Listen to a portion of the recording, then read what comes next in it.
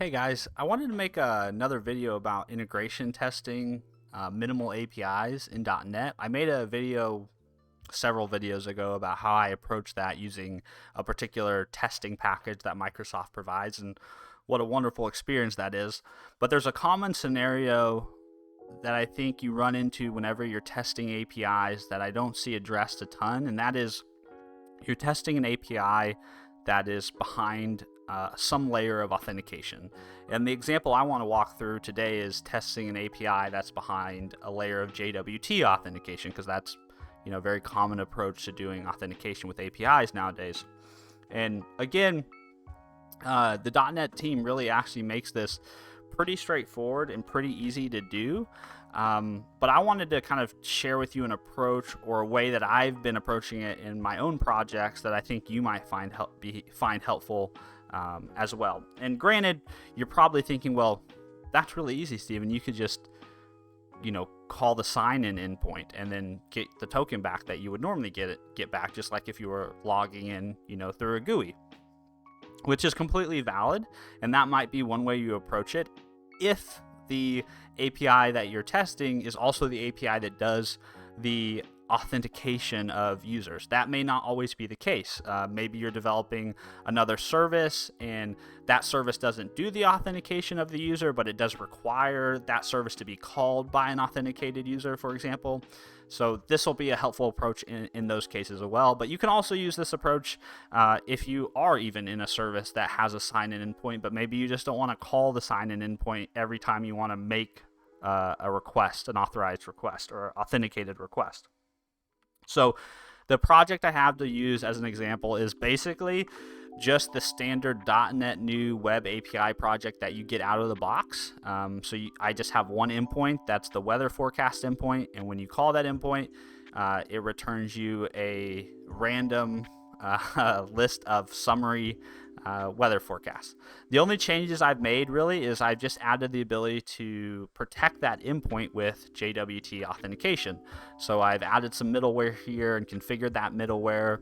I'm configuring that middleware by reading in some options from my app settings.json file. So I've built a class called JWT Options that just defines kind of a standard set of options that you probably want to always have configured externally, because you might need to change them, might want to change them without having to actually make a code change. So in this case, what's important for this program.cs file is I have a secret, I have an issuer, I have an audience, and I'm using that secret, that issuer, and the audience to configure my token, and those are the values that my middleware is going to use to actually validate my token when an endpoint that's protected by this layer of authentication is called. Now, I also have a test project that I've set up that's very similar to the project that I showed you in my previous video. It has one package that's really the most important to call out, which is this Microsoft.ASP.NET Core.MVC.Testing package. And that package is what gives us the ability to create a test server factory by inheriting from the web application factory and then actually giving it our specific program, right? So at this point, what we're basically allowing us to do is create an instance of our API in memory and then create a client that's completely properly and already configured to make requests against that API. So if we scroll back up here, you'll see I've got this integration test class, and I'm injecting in my factory using XUnit's iClass fixture. And then I'm capturing the client that the factory provides, and then I'm using that client in a couple tests to call that weather forecast endpoint. Now, this first test is going to pass, and that first test passes because this first test is basically asserting that that endpoint is actually protected by authentication. So we're calling with a client that doesn't have a JWT in its authorization header, so my test pass, as you can see here, little green check mark, yay. Now, down below here, this is the test where I want to actually verify that if a user is properly authenticated, or if they have a valid JWT when they call this endpoint, they should be able to actually get a successful response. And then obviously in this case, it's going to fail, right? Because I'm not providing a token in that client's authorization header. Now, the way, like I said, the way you could deal with this if you already had a login or a sign-in endpoint available to you in this API is you could just call that login, call that sign-in, and return a properly constructed JWT. But in this case, in this scenario, I don't have that. So I need a way to generate a valid JWT in my test code. And then I also need some sort of hook to be able to make sure that when my authentication middleware actually runs, it uses the proper audience, the proper issuer, the proper secret to actually validate that token. And so that's what I want to show you. And in this case, my approach is to use a class that I like to call the test JWT token builder. And I call it a builder because it kind of uses the builder pattern. And I'm just going to save all of us some time and not test or type this all out. I'm just going to go ahead and copy some existing code from another project. So let me go ahead and do that really quick. I'll just copy this code and I will paste it over. Give me a second here. I'm not the fastest paster in the world, or fastest copy and paster in the world. And let's go ahead, and there's a couple more lines of code we need to copy over here. Copy that, paste that in. And this should not be within my test server factory class. My apologies. Let me clean that up really quick. This should be in a separate class down here. And we'll just get all that formatted.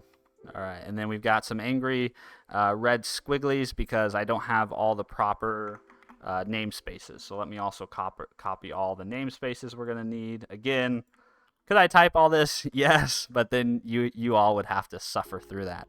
So let me just save you all that suffering. And we'll just go ahead and clean up those usings. And then we'll jump back down here to our test token builder, and we'll just step through this. So what we have here in our token builder is we basically have the necessities of creating a JWT, right? So if we jump down here to the build method, this is kind of the meat and potatoes of what the token builder does, is it creates a valid JWT using the things that we've provided as configuration options, like the issuer, the audience, the expiry time in minutes, how long until this token expires, and then we also have the test signing credentials, which in this case we're just capturing that in a static field so that we can reuse it and we don't have to continually recreate it every time we want to build a new token. And this is all very standard code that you will see whenever you are implementing JWT authentication in an API in .NET. So this would be very similar to the code that you would implement in a login or a sign-in flow to actually create a token and hand that back to the user after they've successfully authenticated. And all the builder does is it gives us the ability to instantiate a builder, and then we also have some helper methods on that builder so that we can set some attributes or change some things about the token that we're going to create, right? Maybe we want to set specific claims, or in this case, maybe we want to set a specific issue date. But these particular methods, you can expand on them, you can contract on them to basically fit the needs. What hooks do you need into the creation of that token to get that token into the proper state to test whatever scenario you want to test when making an authenticated request?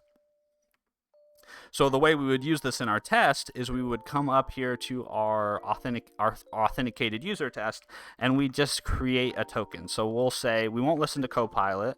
Let's disable Copilot for a second, and we're just going to say string token is going to be equal to test JWT token builder, and we're going to create a new builder. And then what we're going to do is we're going to set a with issued date, or wish issued at a value of date time dot UTC now, and then we'll just go ahead and create that token. Now at this point, or not create the token, but we'll go ahead and build that token. And at this point we should have a valid JWT that we can provide as our client's authorization header. So we'll say authorization, or default request headers dot authorization, and we'll say, I don't think I spelled that right, We'll say that's going to be equal to a new one of those, and specifically, we're going to set the type of the authorization header to bearer. And so you could definitely just use the bearer string, but I'm just going to go ahead and use this constant that's provided from a particular JWT authentication package. And then I'm going to go ahead and provide the token there. And so now, when our client makes the request to our API that's running in memory, it's going to include a properly constructed JWT token. So let's go ahead and test that. So we'll go ahead and test this. And what we're going to find is it's still going to fail. Now, this is the part that you may think, well, why did it fail? Well, the reason it failed is because back in our API's program.cs file, we're not actually using these proper test secrets, test audience, and test issuer when we're validating that token as part of our authentication middleware. So if we come in here and set a breakpoint, let's see, what is that? DT is my keybind. So we'll set a breakpoint there, and we'll come back to our integration test, and we will just debug this test. Debugging tests is one of my favorite things to do, and the fact that I have this working in NeoVim is wonderful. I don't think I could use NeoVim if I couldn't debug my test. So you'll see, if we look at our options here, you'll see that the issuer is set to server, the issuer is set to client, and this secret doesn't match the secret that's in my test JWT token builder.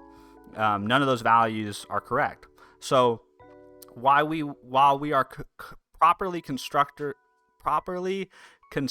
a JWT token in our test code, when we pass that JWT to our actual API, the API is saying, wait, the issuer doesn't match, the audience doesn't match, the signature doesn't match based on the secret that I have at the moment.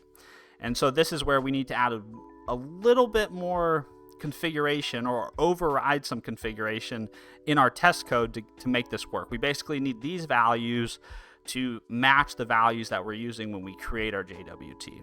So let's go ahead and stop debugging, and we're going to go back to our integration test class, and specifically we're going to go back to our test JWT token builder, and we're going to add a static method here. And obviously this method doesn't have to live on the token builder. If you think it should live elsewhere, happily place it elsewhere, but I'm going to go ahead and put it here in my JWT token builder.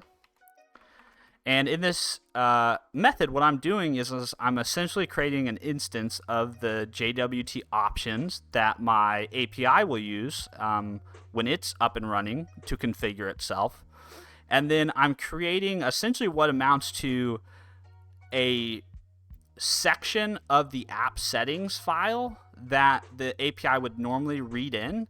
And I'm taking this test JSON, or this test configuration section that I'm creating in memory, and I'm going to create a new iConfiguration object that I can provide to my API and say, hey, instead of using those values that you read in from the app settings.development.json file, I want to override those, and I want you to use this section. I want you, instead of the section you read in from that other file.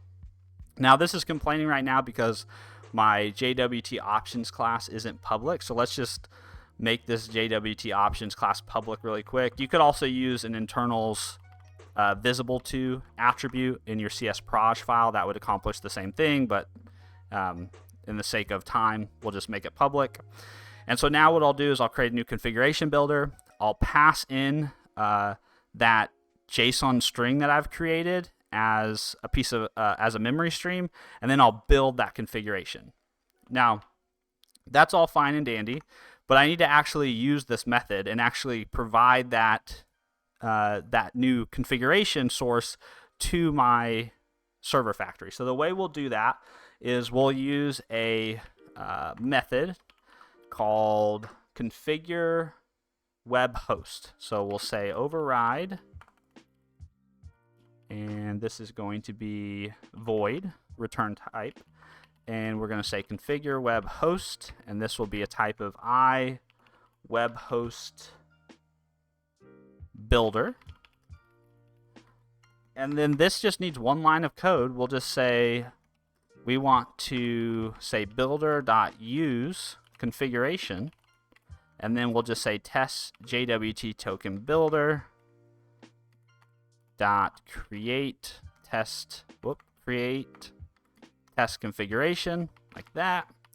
And now what we've done is, again, we've taken this section, this configuration section that we created in memory, and we've basically supplied that to our host. So now in our program.cs file, we should see that the JWT options values that we're using to validate our token are actually the same values that are being used to generate the test token. So let's go ahead and debug this again. So we'll say td, and we should end up back in that program.cs file.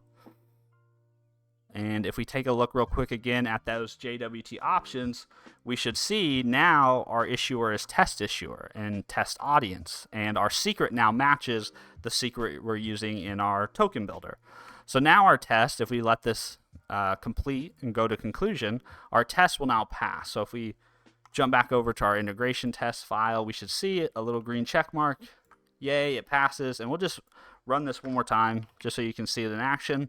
But now we have a way to essentially, we have those two hooks we need. We have a hook in our test code to create a valid JWT, and then we have a hook in our test code to actually provide the right options to our API when it validates that token that we created. And through this builder pattern, now we can basically set the token into whatever state we want to set it in to test whatever scenarios we want to test it. Now, I get it. Maybe you think, this could get kind of repetitive to have to do this on multiple tests time and time again, but you can really create whatever ergonomics you want, whatever kind of developer experience ergonomics you want around this to dry it up, to make it easier to work with. But the idea, the concept is the same. The concept is you need a way to create a valid JWT, right? And then you also need a way in your API to make sure that the API is using the same values to validate that token as were used to create the test token. And once you have those two pieces in place, you're off to the races, and testing authenticated endpoints no longer really becomes much of a headache. So I hope this was helpful. Again, maybe there's a better way to do this, a different approach you could take. I'd love to hear from you. I'm learning just like you are, I'm sure. So if I can do this better or do this differently, I'd love to hear about it in the comments, or find me on Bluesky at stephenfreeborn.com. If you found this helpful, I'd love to hear from you as well. Either way, I hope you guys enjoyed it, and I will probably see you guys again in another video, another short, another stream. And until then, I hope you guys are having a good day. All right, bye y'all.